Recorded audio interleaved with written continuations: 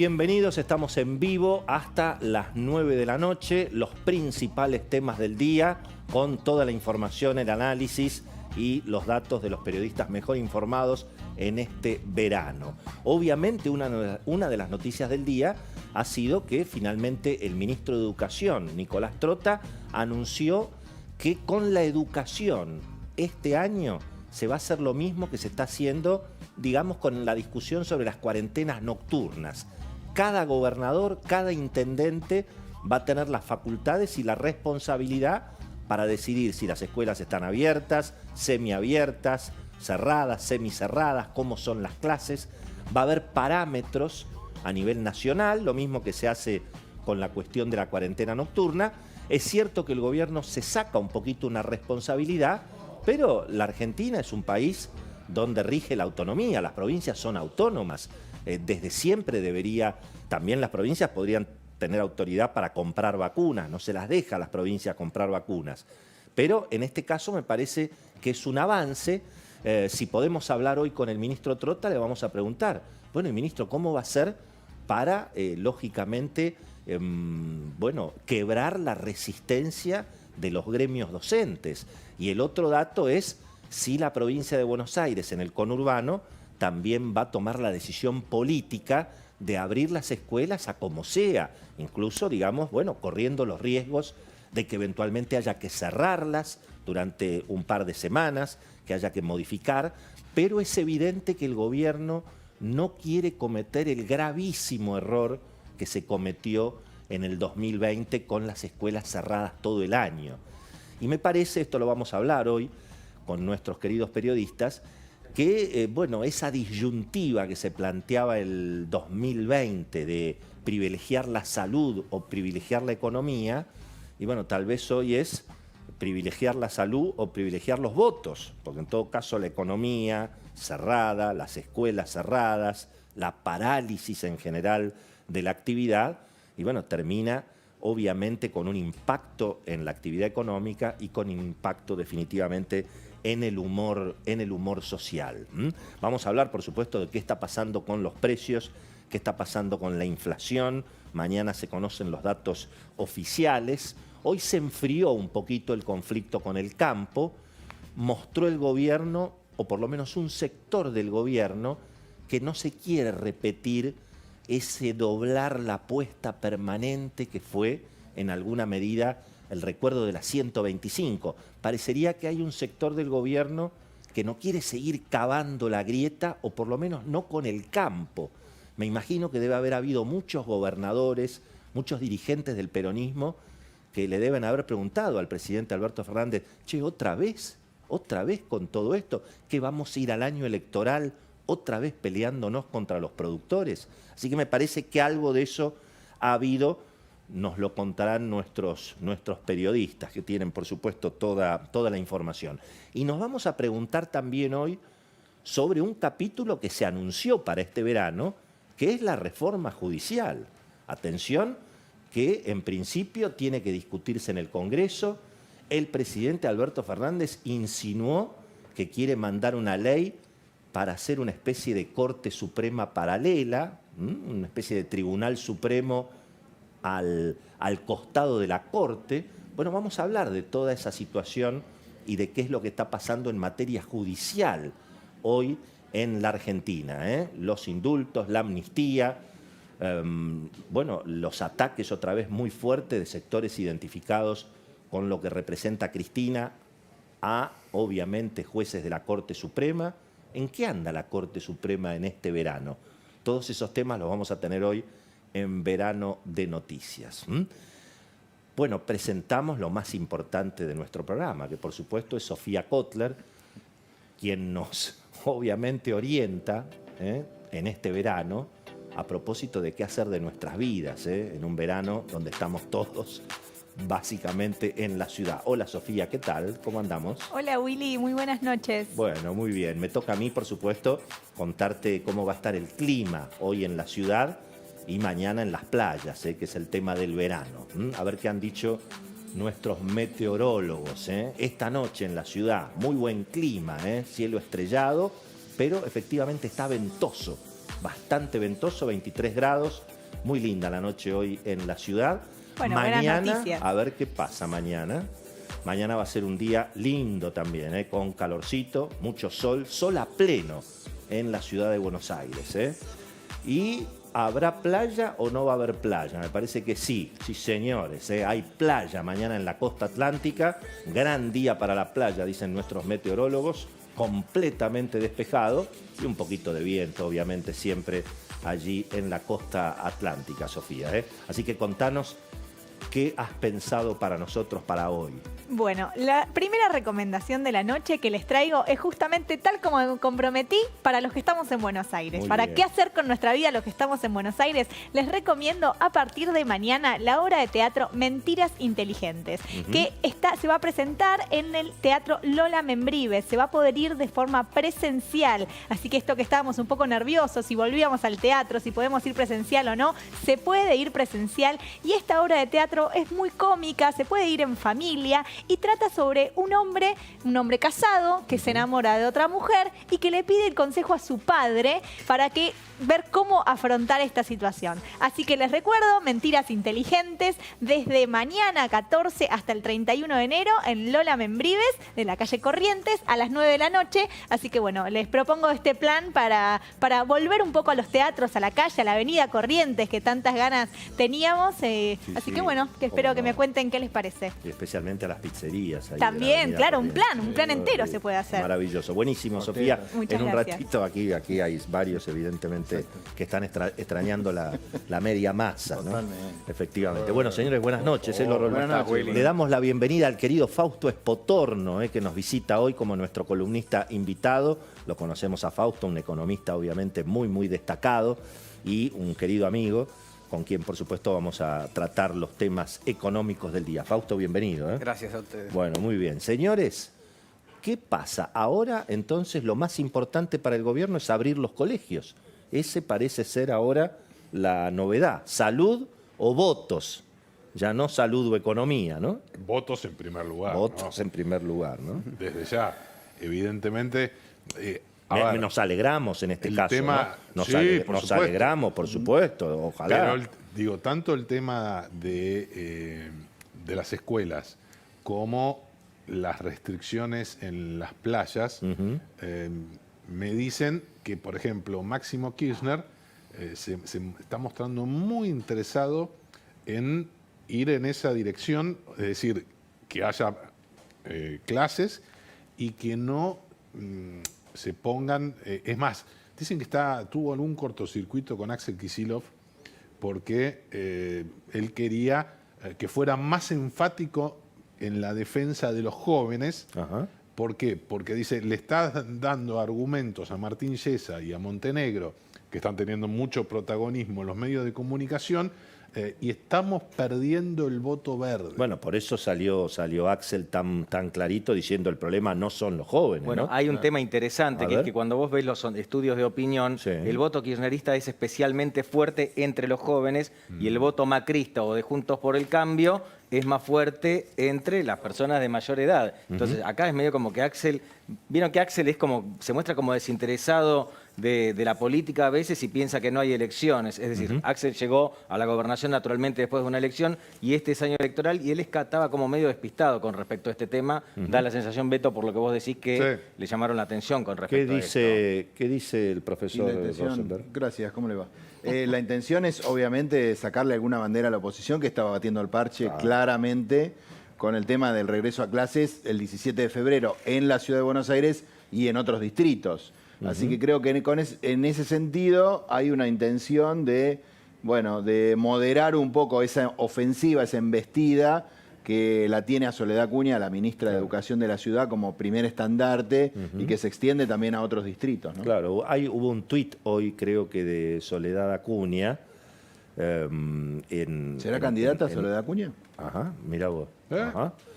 Bueno, hubo varios testimonios hoy, primero de padres, por supuesto, que están desde luego presionando para que se abran los colegios. Hubo varios especialistas hablando del tema. A ver, veamos qué preparó nuestra producción. Plantean tanto el ministro nacional como la ministra de la ciudad el tema de la presencialidad y hasta hoy no se ha resuelto ninguno de los problemas pendientes.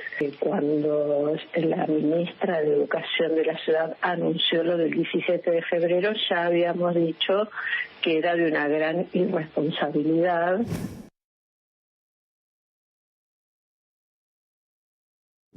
La vacuna no es una variable esencial para volver a la escuela.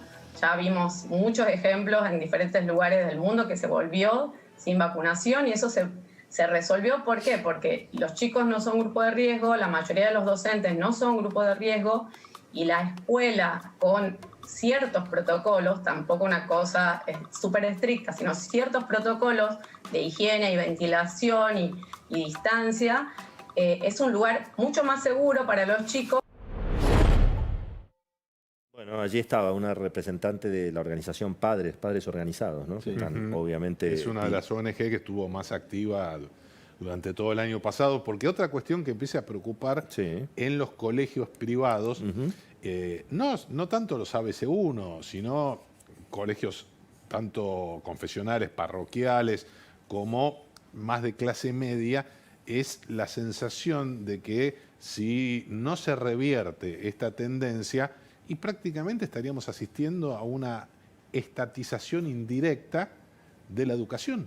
¿Por qué? Porque hay muchos de estos colegios que están en una situación realmente muy complicada para sobrevivir. Que Fausto Espotor, ¿no? Es además director académico, entiendo, de economía en UADE, ¿no? Así es. ¿Cómo vivieron ustedes esto y cómo se prepara? ¿Qué estás viendo para el año que viene? O digo, para este año en materia universitaria, digamos. Bueno, las universidades tuvieron en general, por lo menos la UADE, reaccionaron bastante rápido en poner todo en línea, ¿no? Hay un poquito más de flexibilidad ahí y obviamente los alumnos no son alumnos de primaria o secundaria donde cuesta ponerlos en línea. Un chico de segundo o tercer grado lo pones online y no te da bola, básicamente. Claro. Pero un universitario sí. Pero hay exámenes prácticos que no se pueden tomar por Zoom. No sé en economía, pero bueno, en económicas, por suerte sí, podemos. A un dentista o a un... En económica pudimos. Ahora sí es cierto, las carreras más tipo ingeniería, que tienen algunos exámenes prácticos o medicina, etcétera, ahí se complicó más. Pero se han encontrado soluciones. Y en principio, digamos, ¿qué olfato tenés vos, Fausto, que las universidades van a seguir con clases virtuales o que va a haber más presencialidad? Mira, mejor la presencialidad, ¿no? No, eso por supuesto. Obviamente. Pero creo que en las universidades se abre un espacio ahí para algo que ya se venía desarrollando, que eran las clases online, o directamente cursos enteros online. Las carreras online ya existían. ¿Y los docentes quieren volver o prefieren seguir dando? Porque No, ese también es otro capítulo, especialmente a nivel universitario. Mira, para mí como docente universitario prefiero volver, es mucho más agradable una clase presencial que una clase por Zoom. No sabes si te están prestando atención o no, los alumnos es otra historia. Pero a nivel universitario además se abre una oportunidad atrás de todo esto. Ya existía la clase online o los cursos online, pero esto abre la oportunidad, ¿no? A ver el tuit, habíamos pedido, a ver el tuit de Soledad Cunha de hoy, a ver, me pongo anteojos ahí, dice, las familias necesitan certezas hoy más que nunca. Por eso el 17 de febrero tiene que ser una realidad la presencialidad de los chicos y chicas en las escuelas. Bueno, pero ella es la ministra de Educación. Se supone que... Le está hablando a Eduardo López, el secretario general de UTE. Claro. Que ya vienen anticipando que si no son todos vacunados, no se va Discúlpame, a iniciar hay en escuela tiempo de y forma. verano en la ciudad de Buenos Aires a todo esto. Ajá. Hay escuela de verano, es decir, hay un funcionamiento pedagógico. Colonias ya en la mínimo, ciudad de pero Buenos sí, Aires. pero están. ¿Colonias de vacaciones de los clubes están abiertos? Sí. por ejemplo? Sí, Eso está abierto. Mi Muy hijo bien. está yendo a uno. Ah, mira qué bien. Bueno, lo tenemos entonces al ministro de Educación, a Nicolás Trota, quien obviamente le mandamos un abrazo, le agradecemos su tiempo aquí en el programa, especialmente porque además le hemos pegado durante el año al pobre Nicolás para que tenga, ¿no? Sobre todo porque, bueno, obviamente, ¿qué es lo que en general le hemos cuestionado a Nicolás Trota? La presión de los gremios docentes. Con lo cual, la primera pregunta que le queremos formular en este momento es, bueno, dado que se ve que ahora el gobierno decididamente no quiere repetir la experiencia del 2020, ¿cómo vas a hacer, Nicolás, para convencer a los gremios docentes de que se abran las escuelas. Te mandamos un abrazo y te agradecemos que nos hayas dado esta nota, Nicolás. ¿Qué tal, Willy? ¿Cómo estás? Buenas noches. Primero dejar en claro algo, Willy, que para mí es muy importante. Digo, cada uno de los pasos que dio la Argentina en el 2020 en cuanto a la presencialidad fueron pasos unánimes, acompañados por las 23 provincias y la Ciudad de Buenos Aires. Nosotros aprobamos los pliegos para el regreso a la presencialidad el 2 de julio y el 10 de agosto la primera provincia, San Juan, empezó un proceso de presencialidad en el marco también de la construcción de una evidencia a partir de lo que es una pandemia que complejizó todo el proceso en Argentina y en el mundo. ¿Qué somos claros hoy? Que nosotros tenemos que potenciar, maximizar la oportunidad de la presencialidad a partir también de esa evidencia que hemos construido, de la experiencia que hemos transitado en el 2020 y de algo que para nosotros también es importante dejar en claro.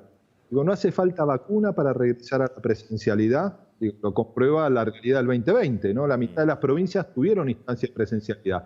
Lo que sí, la vacuna nos va a permitir intensificar esa presencialidad y un regreso seguro a las aulas. Yo en este momento estoy en Santiago del Estero, ¿no? Vengo de la provincia de Tucumán, donde hoy con el gobernador Juan Mansur anunciamos el compromiso de la provincia de Tucumán, del Estado Nacional, de maximizar la presencialidad y que las clases empiecen en Tucumán el 1 de marzo. Ayer estuve con el gobernador Gerardo Zamora en San Salvador de Jujuy, ¿no? Anunciamos también con el gobernador de Jujuy el 17 de febrero van a iniciar las clases, las escuelas primarias y el 22 de febrero las secundarias en Jujuy. Y el lunes estuve con el gobernador de Salta, Gustavo Sáenz. Pero vos sabés, Nicolás, que Dios está en todas partes, pero atiende en Buenos Aires, ¿no? Entonces, evidentemente... Algo que tenemos que cambiar sí, está también, bien, algo está que bien. tenemos que cambiar para ser un país federal. Pero la realidad es que está todo el mundo obviamente preguntando qué va a pasar en Capital y qué va a pasar en el conurbano. En ese sentido, hay como una percepción, no digo que sea la realidad, pero la percepción que nos quedó del 2020 era que parecía como que la Capital quería abrir los colegios y en el conurbano había más temor. Y entonces como que no quería el gobierno que apareciera la famosa ciudad de Buenos Aires, ¿cómo se le dice? Opulenta, abriendo los colegios, con un conurbano pobre que no los puede abrir. Yo creo que todo eso es un absurdo, pero eso es lo que se discutía el año pasado. ¿Cómo crees que eso se va a resolver, digamos? Primero creo que es importante, Willy, remarcar, ¿no? Que somos un país federal y que lo que pasa en Jujuy y Salta es tan importante como lo que pasa en la ciudad de Buenos Aires o en el Gran Buenos Aires, ¿no? Y que por supuesto hay 3 millones de porteños y porteñas que se preguntan qué va a pasar, o 15 millones en el conurbano, ¿no? De ciudadanos. Ahora, también pasa el resto de las provincias lo mismo. Para nosotros es importante, ¿no? Dejar en claro que es posible un regreso seguro con una realidad epidemiológica que lo permita. Tenemos que también potenciar esa presencialidad, ¿no? Priorizar la escuela, que también implica un compromiso de toda la sociedad. ¿Qué quiere decir priorizar la escuela? Que cuidemos la escuela, ¿no? Que tiene que ser, ¿no? El espacio que logremos poner en la centralidad de cada decisión y que si hay que tomar medidas restrictivas, se adopten tempranamente en otros sectores del trabajo, de la economía, de la cotidianidad de nuestras vidas, que es parte de lo que venimos conversando. ¿Y cuáles van a ser los cómo vas a organizar? ¿Va a ser lo mismo que con la nocturnidad? O sea, ¿se van a establecer parámetros y después los gobernadores o los intendentes van a tener que cumplir, abrir o cerrar? ¿Cómo va a ser ese sistema para que cada provincia defina, digamos? Bueno, primero, para nosotros tiene que haber una voluntad unánime, que es lo que estamos pretendiendo construir en estos diálogos con todos los gobernadores y sus ministros y ministras, de que la presencialidad debe volver a ser el ordenador de nuestro sistema educativo, ¿no? Y la máxima presencialidad posible.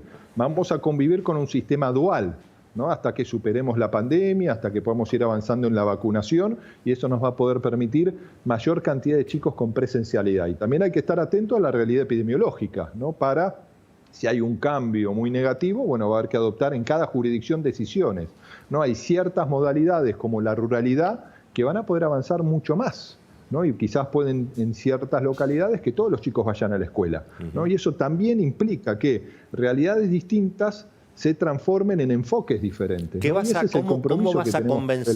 ¿Cómo vas a convencer a los gremios? Yo recuerdo, por ejemplo, declaraciones de Roberto Baradel, pero hubo otros, no solo él, que dijo algo así como que hasta que no estemos todos vacunados los docentes no pueden empezar las clases. Y eso sabemos que no va a ocurrir. Pero no es verdad, Willy, que el secretario de SUTEBA haya dicho eso. ¿Por qué?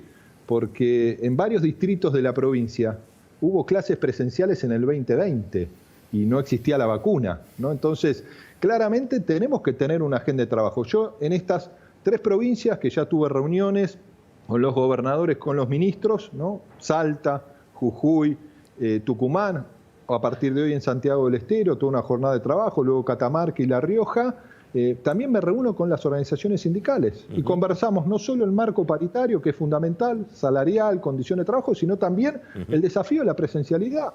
Digo, y tiene que ser algo que nos embarque a todos en una enorme complejidad, porque seguimos transitando una pandemia, vemos lo que pasa en otros países del mundo, ¿no? Tenemos que sostener los cuidados en este momento, pero creo que no debemos partidizar un desafío tan complejo como el regreso a la presencialidad, que es tan importante. Te hago una última y después te van a preguntar aquí mis colegas.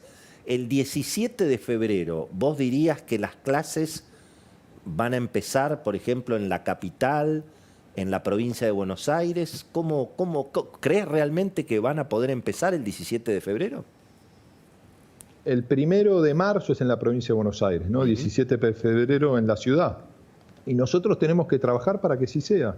Llevarle tranquilidad a todas las familias, decir que todos los que estamos involucrados en el sistema educativo, todos los que tenemos responsabilidad en el sistema educativo, tenemos que promover un regreso seguro a las aulas, ¿no? Y ese regreso seguro vamos a tener que ir clarificando muchos aspectos a lo largo de las próximas semanas, pero por supuesto instamos a las 24 jurisdicciones educativas a que mantengan diálogo constante también con todos los actores del sistema, ¿no? Para poder construir consenso. Pero la decisión de nuestro gobierno es priorizar la presencialidad nuevamente como organizador del sistema educativo. Aquí te hacen una pregunta Beto Valdés. Beto.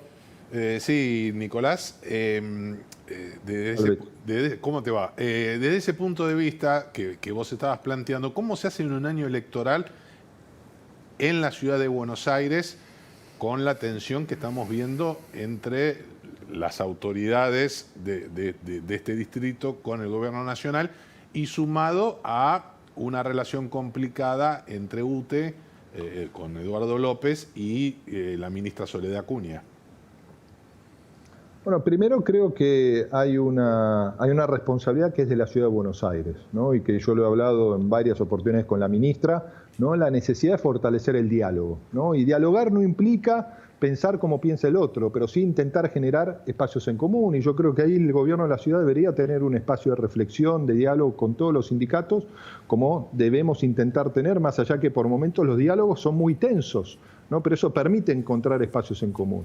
Y yo también quiero ser claro, ¿no? Nuestra escuela, nuestro sistema educativo es mucho más importante para nuestra sociedad que el gobierno de la ciudad, que el gobierno nacional, ¿no? Y mucho más importante que las personas. Entonces tenemos que dejar de lado ciertas diferencias para encontrar los espacios comunes, lo que no quiere decir que pensemos lo mismo. Es claro que tenemos diferencias en muchísimos aspectos, pero tenemos que buscar las coincidencias, ¿no? Y promover un regreso seguro, ¿no? A la presencialidad en todas las jurisdicciones argentinas, según también la realidad en la que estemos, ¿no? Y eso implica, ¿no? Ser claros también, cuidarnos para priorizar la presencialidad. Bueno, la última la formula Pablo Fernández Blanco. Vamos, Pablo. ¿Cómo andás, Nicolás? ¿Podemos decir que tenés ese espacio de trabajo con la ministra Acuña y eventualmente estás trabajando bien? ¿Vos sentís que estás trabajando bien con la ministra Acuña?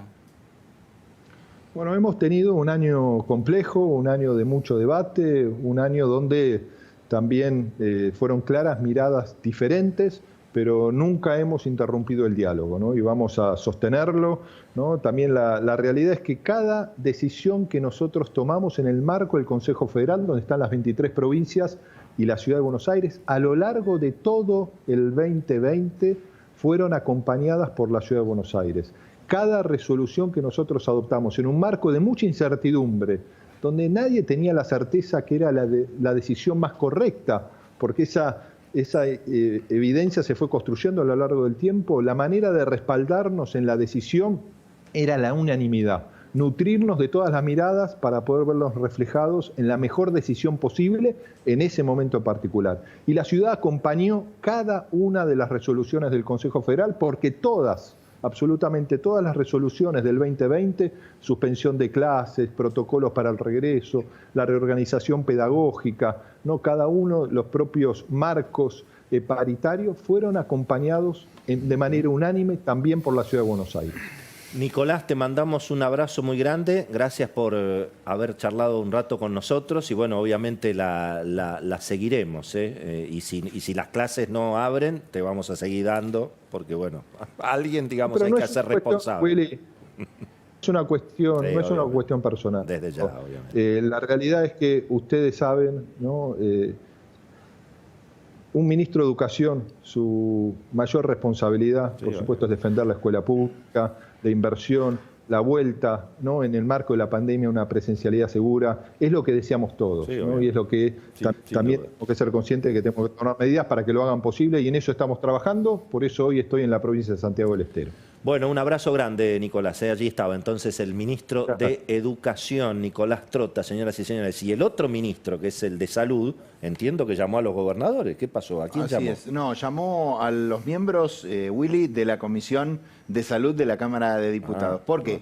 Porque lo venían atacando a Ginés, diciéndole, venga a dar explicaciones. ¿Qué es lo que pasa con las vacunas? ¿Qué es lo que pasa con Pfizer? ¿Qué es lo que pasa con todas las dudas que tenemos, ¿no?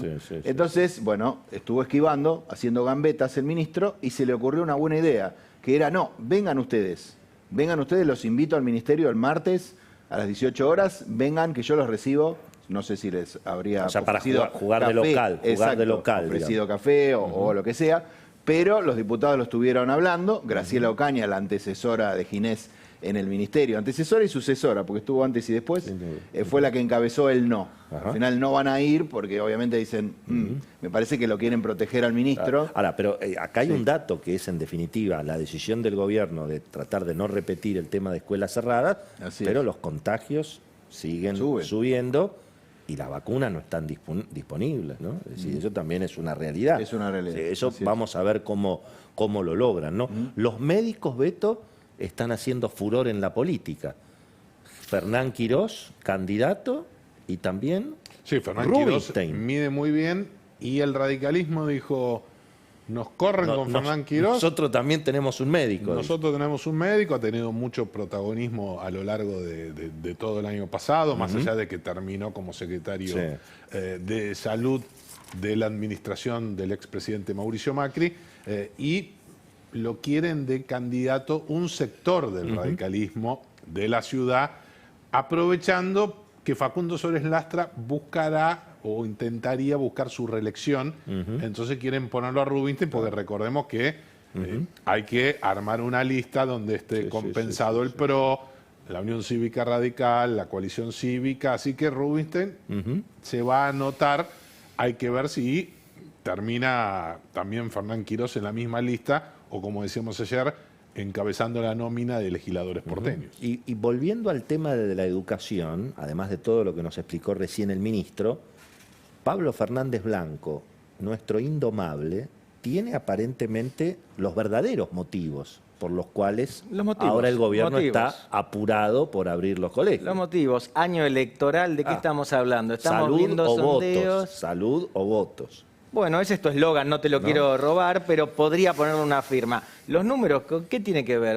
A vos y a mí nos gustan mucho los números. Tienen que ver con los sondeos de opinión, Willy. 7 de cada 10 personas están en contra de que no se abran las escuelas. Vos no podés arrancar. Ahí está. Este es un estudio de Opinaria que se hizo sobre el fines del año pasado. Es abrumadora la cantidad de gente que quiere chicos en escuelas. Esto vos lo venías diciendo. En realidad los medios de comunicación venimos insistiendo hace bastante con esto. La encuesta que hicimos ayer en la calle, bueno, era la encuesta de la evidente, calle, ¿no? exactamente. Y esto, si querés, lo podemos concatenar con otros números que también le llegan al presidente Alberto Fernández, que dice que la gente básicamente está harta de estar encerrada, entonces tiene que ir justamente a una nueva normalidad.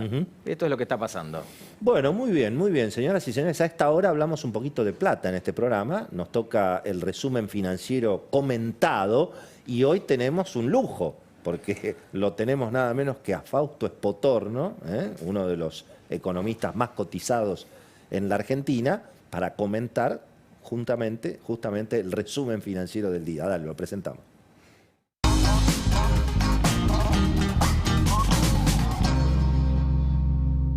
Bueno, muy bien, muy bien. Ahí entonces vamos a ver los números de un resumen financiero prácticamente que se repite, ¿no? Con el dólar allí bastante quieto en el mercado formal legal, el contado con liquidación, el dólar bolsa casi en 145, Fausto, el dólar blue en 160, pero el riesgo país palo y palo, ¿no?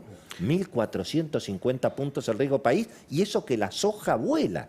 Y eso Entonces, dos cositas, perdón. Del dólar blue venía bajando un poquito, porque el gobierno, viste, que cambió el parking del MEP, con lo cual algunos empezaron a hacer el rulito de compró el MEP. Es más rápido saber el precio del dólar, digamos. Bueno, pero eso también sirve para bajar el blue. Exactamente. Si vos podés comprar el dólar a 145 y venderlo a 160... Cuando bajas el parking empieza a haber esa posibilidad de ir arbitrando los dos tipos de cambio. Eso por un lado. Y después por otro lado lo que decías vos del riesgo país. Ahora, lo que pasa hoy en Argentina no tiene, en materia financiera no tiene bollete. Vos pensás que Argentina tiene la soja en $500, las tasas internacionales en 0 y sin embargo faltan dólares. ¿No? Claro. Ahí hay un problema muy serio. Hay una cuestión también, lo anticipamos aquí en esta semana, que es el tema del semi-default de YPF, ¿no? Eso está golpeando muchísimo a todo el financiamiento para las empresas en Argentina, porque si a la principal empresa de la Argentina no la dejan pagar sus deudas, imagínate al resto.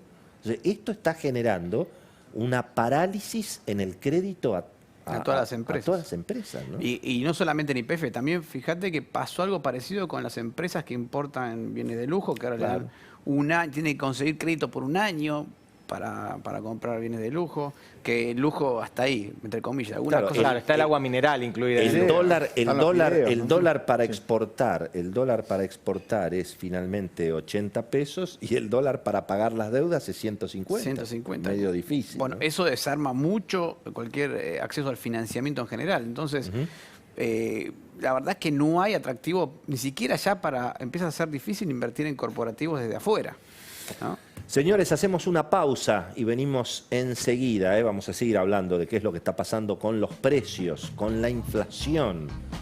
Porque, bueno, mañana se conocen los datos y obviamente es uno de los temas también para el año electoral. El gobierno, digamos, pretende, obviamente, todo congelado, profundizar el control de precios, profundizar el control de cambios. No hay aumento de tarifa. ¿Va a llegar el gobierno? ¿Puede llegar a las elecciones de esa manera?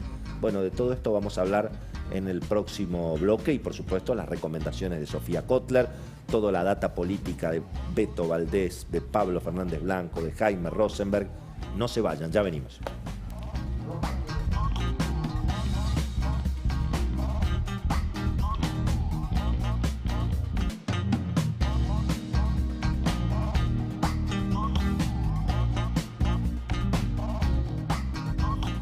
Bueno, muy bien, señoras y señores, gracias por esperarnos. Mañana se conocen el dato, digamos, oficial de la inflación de diciembre. El sector privado, en general, los economistas están anticipando más de 4, pero en las últimas horas, desde el equipo económico, se dejó trascender que el número iba a empezar con 3 y tal vez más cerca de 3,5 que de 4. Veremos mañana. Pero está con nosotros Fausto Espotorno, que además, obviamente, es factotum de la consultora de Orlando Ferreres, que es una de las consultoras en la Argentina que, entre otras cosas, mejor mide la evolución de la actividad económica y los precios. Así que, mi querido Fausto, ¿qué está pasando con los precios, con la inflación y con la actividad económica? ¿Cuáles son los últimos números que tenés y cómo la ves para adelante, digamos? A ver, inflación, pensemos qué es lo que viene mañana. Sí. A nosotros, GBA, no medimos todo el país, medimos Gran Buenos Aires, nos da 3,6 diciembre. Ajá. ¿Ah?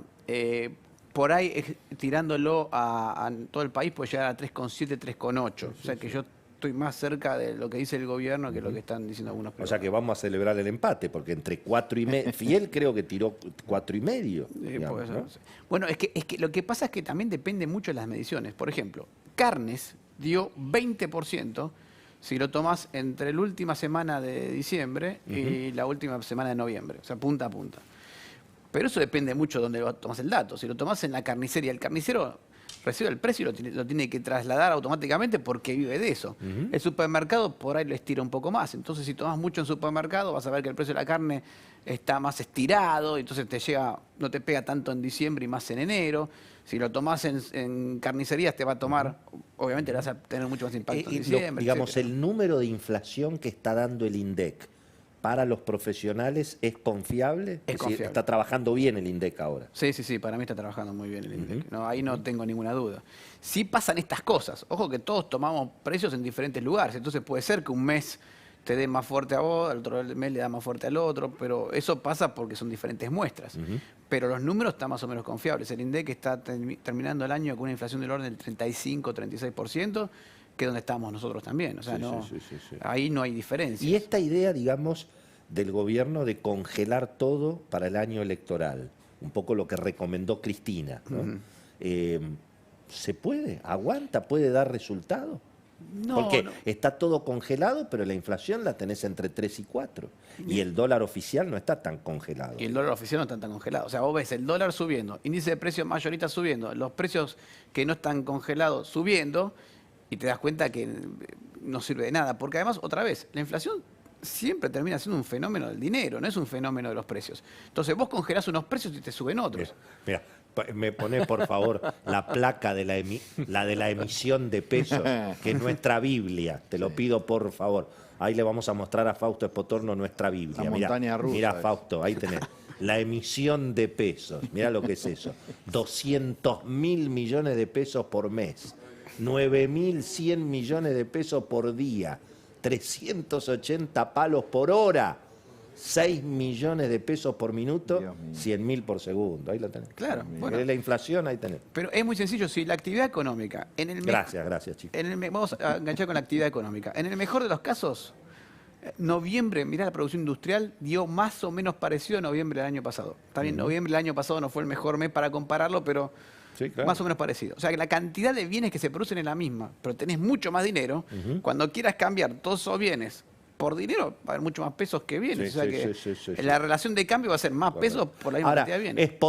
Finalmente Espotorno es el único economista que no está ahora en política, digamos. No, ¿O sos candidato vos también? No, candidato no soy candidato. Pero yo lo vi en Instagram, ¿eh? Ah, sí, pero pero no es candidato. No, candidato no. Pero estás con los libertarios. Sí. Estábamos armando, algo en Republicanos Unidos con López Murphy, con... ¿Y qué novedades hay ahí en el sector Esper Milei? Que arranque acá Lindomar. Bueno, acá hay una cuestión tengo unos muy datitos para interesante. colaborar con él. A ver, hacemos una coproducción Pablo Beto, si te parece, Willy. Parece muy bien. Hay una cosa interesante Eso como una troika, me suena a una troika, digamos. Yo le voy a seguir diciendo coproducción porque me asusta un poco el nombre que le pone Willy Cohen. Y más después de la vacuna. Sí, claro. Arrancamos, está cambiando Willy después de la vacuna china. Arrancamos entonces. Esto lo detectó la gente de Patricia Bullrich y también Paula Bertol en su momento, y es que le costaba mucho a Juntos por el Cambio llegar a los jóvenes. Sí, ahí entra el Frente de Todos, pero ¿sabés quién tiene buen ingreso al público joven, al votante joven? Bueno, los libertarios. Entonces levantaron el teléfono,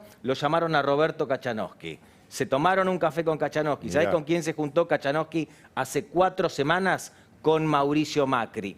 Para compartir, acá nomás, cerca del canal, Avenida Libertador, oficinas de Mauricio Macri. Exactamente, no está, Kachanowski no está dentro de Juntos por el Cambio, pero sí se juntaron para compartir ideas liberales. Y al mismo tiempo, porque ¿qué pasa? Tienen miedo de que se le pianten votos, se le fuguen votos por el lado liberal de la mano de Espert Milei. Esos son los tuyos. No. Bueno, ahora nos vas a contar entonces. De la mano de Espert Milei. Pero ¿cuál es la contraofensiva de Espert Milei? Quieren sacarle votos al macrismo y al Frente de Todos en la tercera sección electoral y están haciendo los peronistas con Espert. ¿Y vos qué decís, Beto? Ya armaron. ¿Vos qué decís, Beto? Ya tienen un armador, Espert y Milei, en la tercera sección electoral, que es un hombre que viene del peronismo, Daniel Montoya, que estuvo en Juntos por el Cambio, y un poco planteando lo que nos decía Pablo, no solo Mauricio Macri se reunió con Roberto Kachanowski, también se reunió con Carlos Maslatón. Ajá, mirá.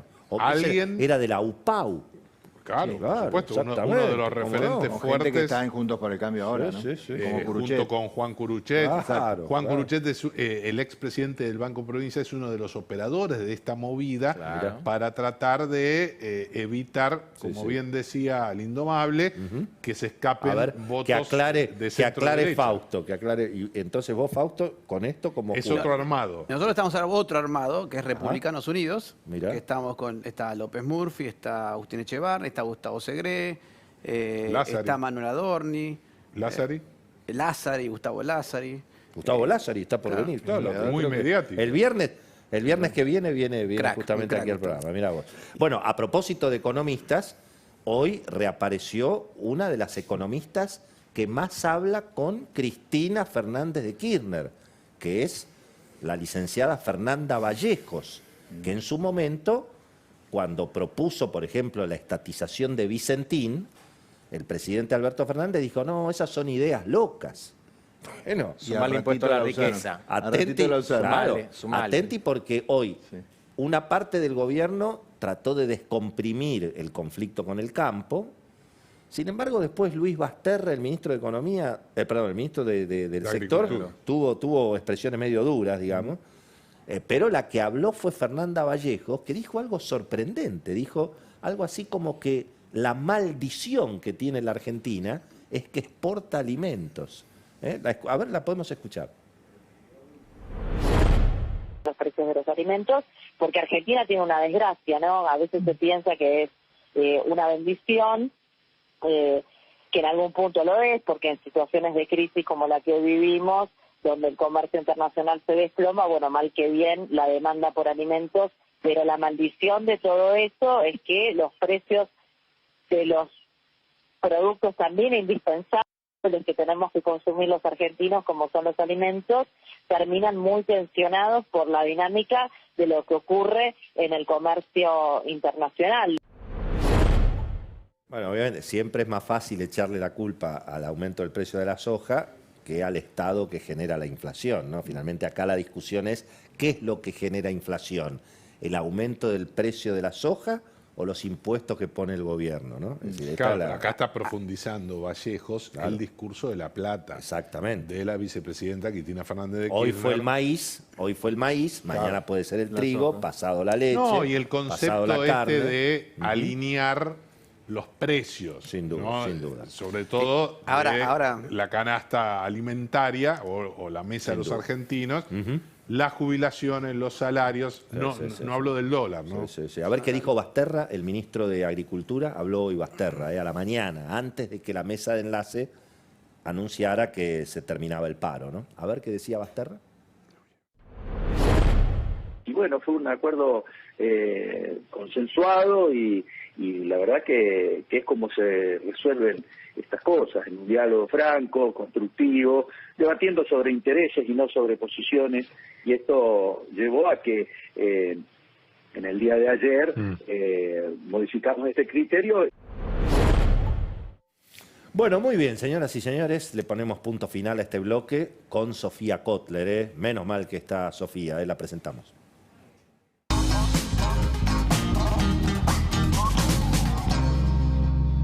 Bueno, Sofía, ¿qué vamos a hacer de nuestra vida en el día de hoy? ¿Qué nos recomendás? Al principio les recomendé a partir de mañana una obra de teatro. Para los que no se animan a todavía ir a un teatro presencial, a partir de mañana en la avenida Unidad Nacional de San Isidro va a estar cerrada para los que quieran hacer deporte. Así que va a ser una noche ideal para ir a andar en rollers, bicicleta, una Esa es la de bicicleteada lo nocturna. que era la calle Tames antes, ¿no? Digamos el bulevar que va Exacto. sobre el hipódromo y en una época estaban los restaurantes de este lado, ¿no? Exacto, así que esa avenida a partir de mañana todas las noches va a estar cerrada especialmente para todos los que quieran salir a hacer deporte. Mirá. Esa es una recomendación que les hago y la otra recomendación que les traigo es hoy 13 de enero se cumplen 80 años del fallecimiento del escritor irlandés James Joyce, el gran conocido escritor, uno de los más influyentes del siglo XX, ¿no? Así que bueno, a raíz de este aniversario les recomiendo justamente su libro, su obra maestra, Ulises, que tanto nos dio para hablar, ¿no? Así que bueno, los invito a recordarlo intentando leer esta obra, porque recordemos que tiene 1000 páginas, que tiene 18 capítulos, es bastante compleja, pero bueno, creo que es la mejor forma de homenajearlo. Bueno, espectacular. Willy, aprovechemos Sí. para recomendaciones en este momento. Sí. Tenemos un bestseller. A tu izquierda hay un bestseller. Ajá. Yo recomiendo Sí, el grande. libro de Amaya. Ajá. La biografía del dirigente radical Amaya. Sí. Un personaje realmente muy ¿Y interesante. dónde está el libro ese? La escribí yo. De Jaime Se Ross. está agotando. Así es. Pero Jaime, nos tenías que traelo. contar Mañana eso, lo no lo traigo. sabíamos. Traelo acá sí para Claro. Mañana lo traigo, Claro. con mucho gusto. Yo también hice un libro, lo voy a traer igual. ¿O qué pretendés? ¿O pretendés que lo compremos el Y libro? bueno, podrían comprarlo. No, pero primero voy a lo traer uno. leemos y después lo recomendamos. Hacemos eso. Bueno, muy Muy bien. bien. En el próximo bloque nos vamos a preguntar qué está pasando con la justicia. El presidente había dicho que se iba a impulsar la reforma judicial en el verano. Sergio Massa anticipó que se va a abrir el Congreso para esa discusión. Jaime Rosenberg creo que algo tiene sobre Algo tenemos. esta cuestión de la Corte Suprema paralela o el Tribunal Supremo. Y ha habido declaraciones fuertes de, bueno, dirigentes de la mesa judicial, podríamos decir, del Instituto Patria, ¿no? Que Sí, hubo y cambio. vamos- Exactamente. Hubo cambio. Así que hay muchas novedades sobre la situación judicial y también le preguntamos a la calle qué cree, digamos, si la justicia está mejor, peor, igual. Así que no se vayan, ya venimos.